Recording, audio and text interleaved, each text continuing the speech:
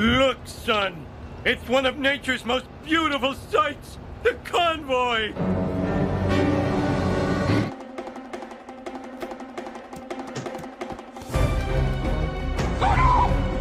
They're coming in through the back door! People want change. They feel that we are their last hope because nobody else is listening. We're listening, and we are here. How's it been? Hey, buddy, it's been good, man. Peaceful. People are in a great mood. That's what I'm talking about. Always supportive of people exercising their democratic right to peacefully protest. Much appreciated. Thank you. Thank you. We're all brothers in this together, and we're here for one cause, and that's to fight for the freedoms of Canadians and for Canada itself. We need our rights back. We're here for freedom, for what's right for the people, not what's right for the government. This is about freedom. That's what we're standing for, is freedom.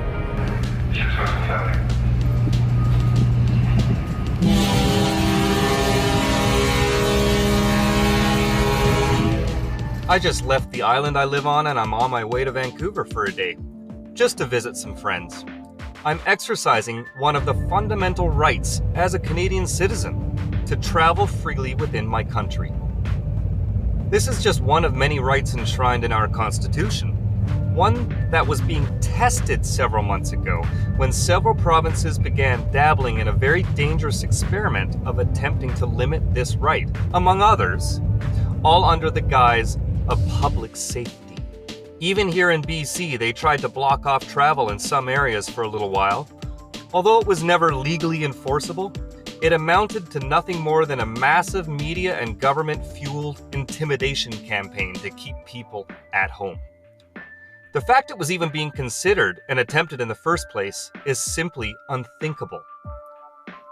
And the fact that so many people actually supported and outright asked the government to do this, well, that's just terrifying.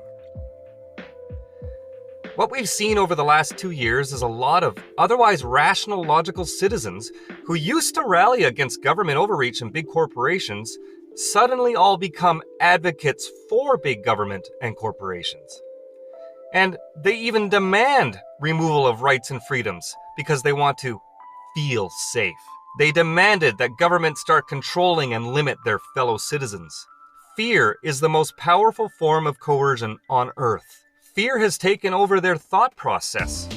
Fear has overridden their logic, their context, and indeed their entire lives. Governments have used fear to control populations all throughout history.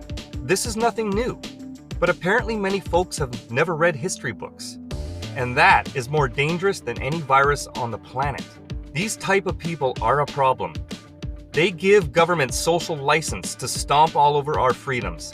They allow this nightmare to continue. And the irony of it all is that their fear is largely unfounded in every way. I mean, we could talk all day about data and statistics, but the underlying fact is that driving a semi-truck across Canada is far, far, far, far more likely to land a person in hospital than cold sniffles are. Context really does matter. Of course, exceptions do exist, and there is some risk with what's going on in the world the last couple years, but exceptions to a rule don't prove a rule wrong, nor do they justify driving the population into depression and bankruptcy due to government overreach. Not to mention the skyrocketing number of people taking their own lives and the overdose epidemic.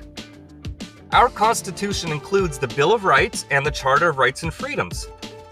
One of the non-arguments that statists like to use to justify the violation of our Charter is Section 1, which states, "The Canadian Charter of Rights and Freedoms guarantees the rights and freedoms set out in it, subject only to such reasonable limits prescribed by law as can be demonstrably justified in a free and democratic society." These people and the federal Liberal government are trying to claim the virus is a justified reason.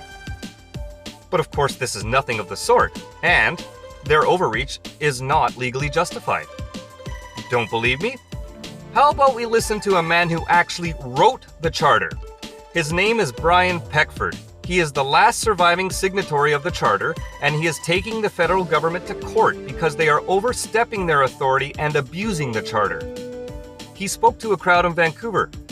Have a listen.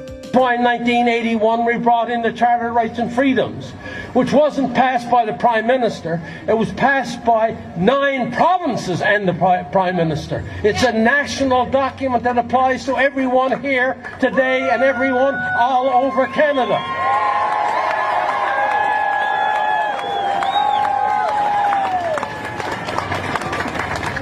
So understand, except for the creation of the country in 1867, the Charter of Rights and Freedoms is by far the most important document in the history of our country. Section 2 of the Charter of Rights and Freedoms, what does it say? It says you have freedom of expression, you have freedom of conscience, you have freedom of religion, you have freedom of expression, and you have freedom of the press. What else does it say? It says you have freedom to associate. You have freedom to assemble. And in Section 6 it says, you have the right to travel anywhere in this nation, anytime.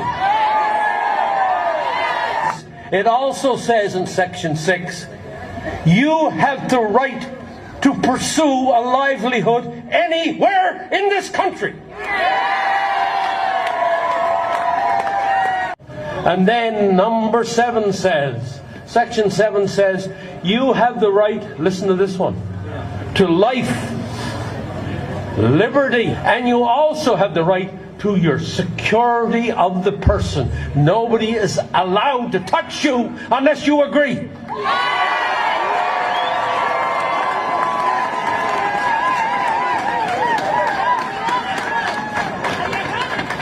And then Section 15 says, to top it all off, we topped it off by saying every person in Canada is equal before the law.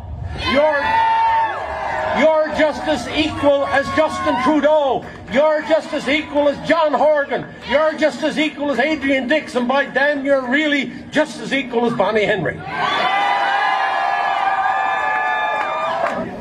And then we've got people out there who are trying to say to me and to others that somehow Section 1 of the Constitution, somehow that Section 1 forgives the government. And that they can go ahead and override those other 4 sections I just mentioned. I got news for them.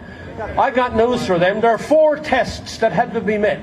Well, first of all, that Section 1 doesn't even apply to our circumstance. Because when we wrote that section, the whole idea was this, that the only way you could override these sacrosanct rights and freedoms of individuals, which, if there was a dire situation in the country like war or insurrection, a virus from which 99% recover, is no war and no insurrection.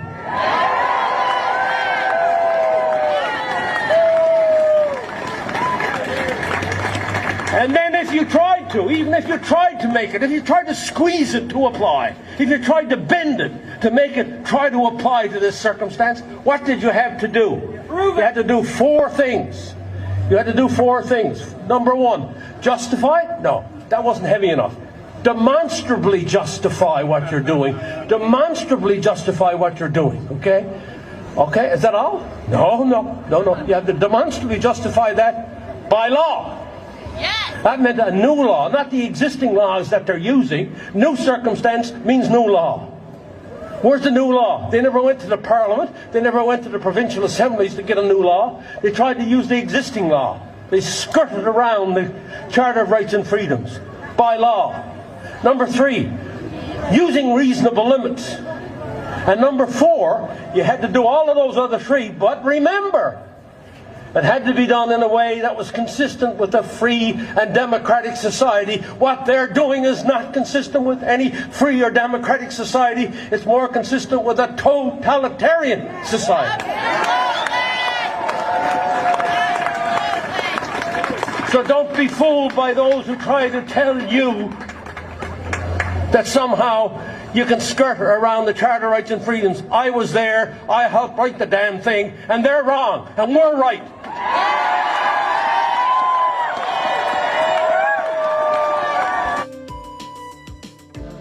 Now here's the thing.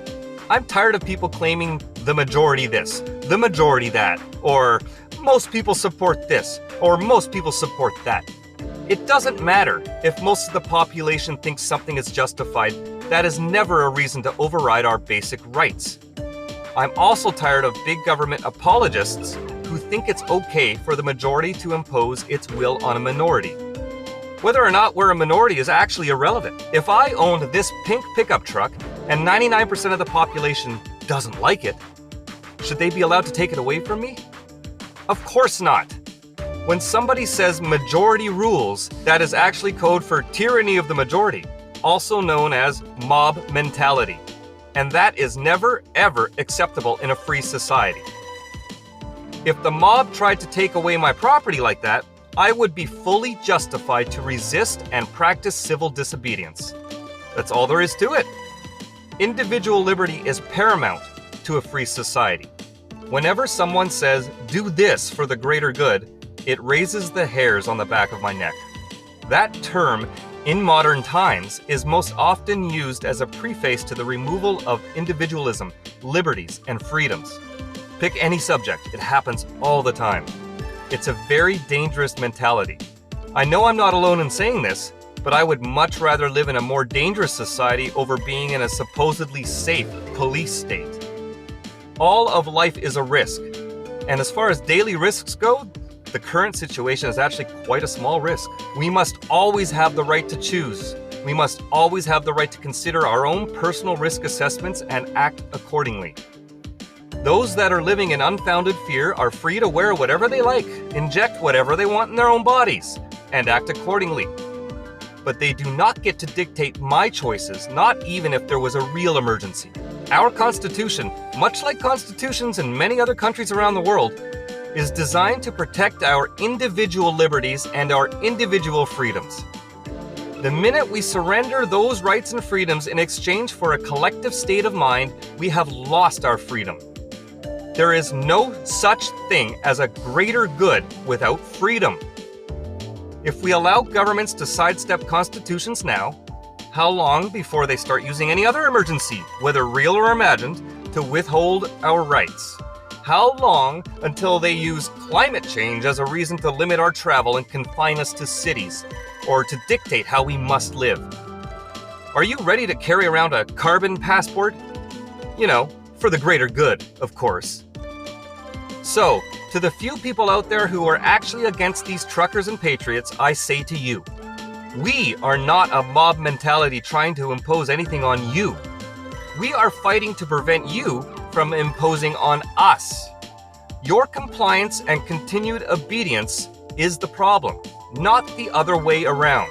For those who are complaining about the noise in the streets and empty shelves in Ottawa because trucks can't deliver you supplies at the moment, well, I'm sorry, but the trucks are too busy delivering freedom right now, and that is much, much more important. Keep on trucking in the free world, everyone.